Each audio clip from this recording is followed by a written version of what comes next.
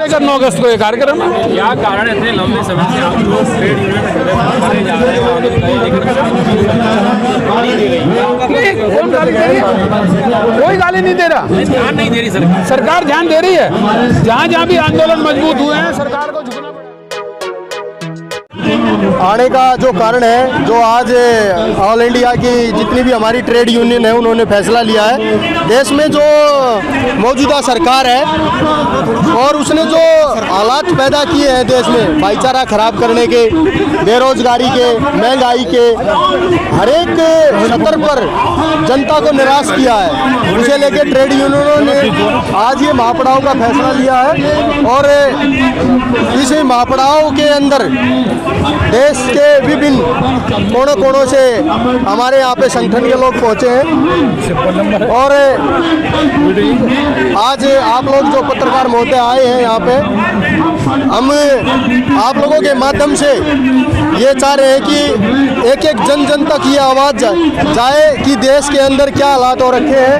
और ट्रेड यूनियनों की नज़र लगातार इस बात पे बड़ी हुई है कि जनता को किस तरह से राहत दिलाई जाए। साथियों, आप सभी साथी यहाँ पे देख रहे हैं कि पिछले कुछ दिनों में देश में क्या चल रहा है। अभी आप लोगों ने देखा कि मणिपुर के हालात क्या हो गए हैं और उसके बाद अगर आप बात करोगे तो लगातार बेरोजगारी चरम पे है और जो रोजगार है वो भी लगातार निजीकरण किए जा रहे हैं।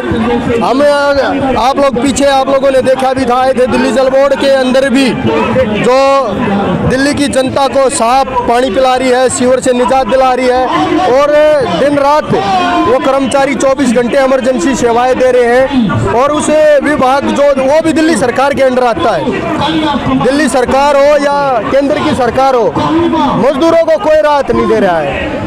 मजदूरों को लगातार हमले किए जा रहे हैं। अभी आप देखोगे कि श्रम कानूनों को लेकर भी हमारी जो संसद में आपने देखा है कि बिना किसी बहस के मजदूरों पे 4 जो लेबर कोड थोपने के लिए सरकारें जा रही है। हमें उसको लेकर भी ट्रेड यूनियन चिंतित है कि 44 हमारे श्रम कानून होने के बाद अगर मजदूर वर्ग को उसका अधिकार नहीं मिल रहा है तो उनको जब समाप्त कर दिया जाएगा तो मजदूर वर्ग का क्या होगा, आम जन का क्या होगा। तो इन सारी बातों को लेके हम लोग आज यहाँ पे जंतर मंतर पे आए हुए हैं।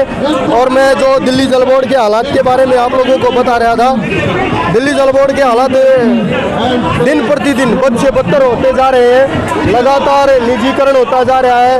अभी आप देखोगे तो जल बोर्ड में कुछ सरकारी मीटर रीडर लिए गए थे सरकार ने कॉन्ट्रैक्ट पे कि दिल्ली जल बोर्ड उनको एक ICL कंपनी है उसके तहत लिया था, लेकिन 3-4 महीने हो गए लगभग और उनको आज तक सैलरी नहीं दी गई है। जब आप काम ले रहे हो और किसी को सैलरी नहीं दे रहे हो तो इसका मतलब क्या है, देश भूखमरी की तरफ जा रहा है।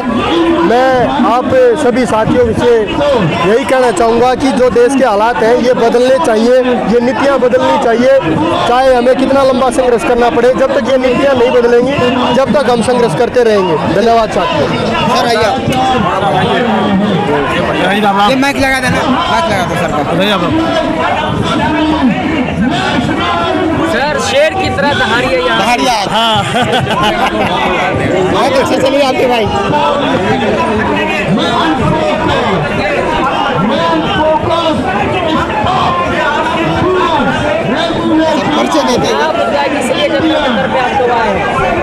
मेरा नाम वीरेंद्र गौड़ है, मैं C2 दिल्ली प्रदेश का अध्यक्ष हूँ। मेरा नाम वीरेंद्र गौड़ है, मैं C2 दिल्ली प्रदेश का अध्यक्ष हूँ। आज भारत छोड़ो आंदोलन जो अंग्रेज़ों की गुलामी के खिलाफ उस समय 1942 में देश के आंदोलनकारियों ने, हमारे देश के क्रांतिकारियों ने जब ये फैसला किया कि अब अंग्रेज़ों को ये कहा जाए कि अब अंग्रेज़ यहाँ ज़्यादा दिन नहीं रह सकते हैं, अंग्रेज़ों को भारत छोड़ना चाहिए, तो 9 अगस्त की वो तारीख ऐतिहासिक तारीख है जिस दिन हिंदुस्तान की जनता ने, हिंदुस्तान के क्रांतिकारियों ने ये फैसला किया था कि अंग्रेज़ों भारत छोड़ो। आज उसी 9 अगस्त के दिन हिंदुस्तान की तमाम ट्रेड यूनियनें मिलकर पूरे हिंदुस्तान के अंदर भारत सरकार को ये चेतावनी देने के लिए यहाँ इकट्ठी हुई है कि भारत सरकार, मोदी जी की सरकार अपनी नीतियाँ छोड़े, अन्यथा ये फैसला होगा कि मोदी जी गद्दी छोड़ो। मोदी जी तो खुद बोल दी अगला प्रधानमंत्री मैं हूँ, दावा ठोक दिया। देखो, अपने मुंह मियाँ मिट्ठू बनने वाला तो कुछ भी कह सकता है, और सपने देखने में किसी की कोई जो है ना बंदिश नहीं है। उन्हें सपना देखना चाहिए, क्योंकि जो पूंजीपतियों की दलाली वो कर रहे हैं, तो पूंजीपति इतनी जल्दी उनको छोड़ने वाले भी नहीं है। तो इसलिए पूंजीपतियों का आदेश है कि अभी आप ही रहेंगे। अब ये तो जनता फैसला करेगी, ये जनता ने फैसला करना है कि मोदी जी रहेंगे या कोई और आएगा। लेकिन आने वाला समय मोदी जी के लिए बहुत तकलीफदेह होगा, एनडीए के लिए बहुत तकलीफदेह होगा, और मुझे ये लगता है कि आने वाले समय में बहुत कड़ा मुकाबला होगा और मोदी जी शायद इस बार सत्ता से बाहर जाएंगे। भारतीय जनता पार्टी कहती है जिसको तकलीफ है वो भारत छोड़ दे।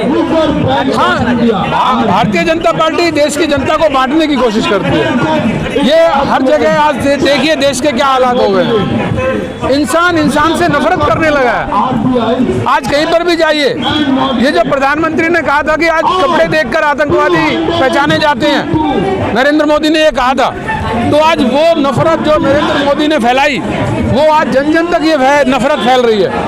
तो ये नफरत का अंजाम है कि कहीं नूह में झगड़ा हो जाता है, दंगे हो जाते हैं, कहीं मणिपुर जो है वो 2 हिस्सों में बट गया है। ऐसा पहली बार हुआ है। मणिपुर में पहले भी आतंकवाद था, मिजोरम में आतंकवाद था, नागालैंड में आतंकवाद था, लेकिन लगातार समय के साथ वो चीज़ें खत्म हुई।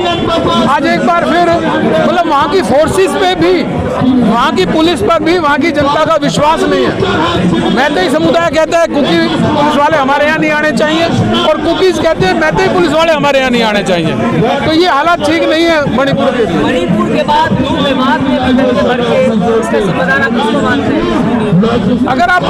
अगर आप इसके इतिहास में जाएं, तो ये जो 84 कोस की परिक्रमा है, ये 84 कोस की परिक्रमा इस बार पहली बार नहीं हुई है।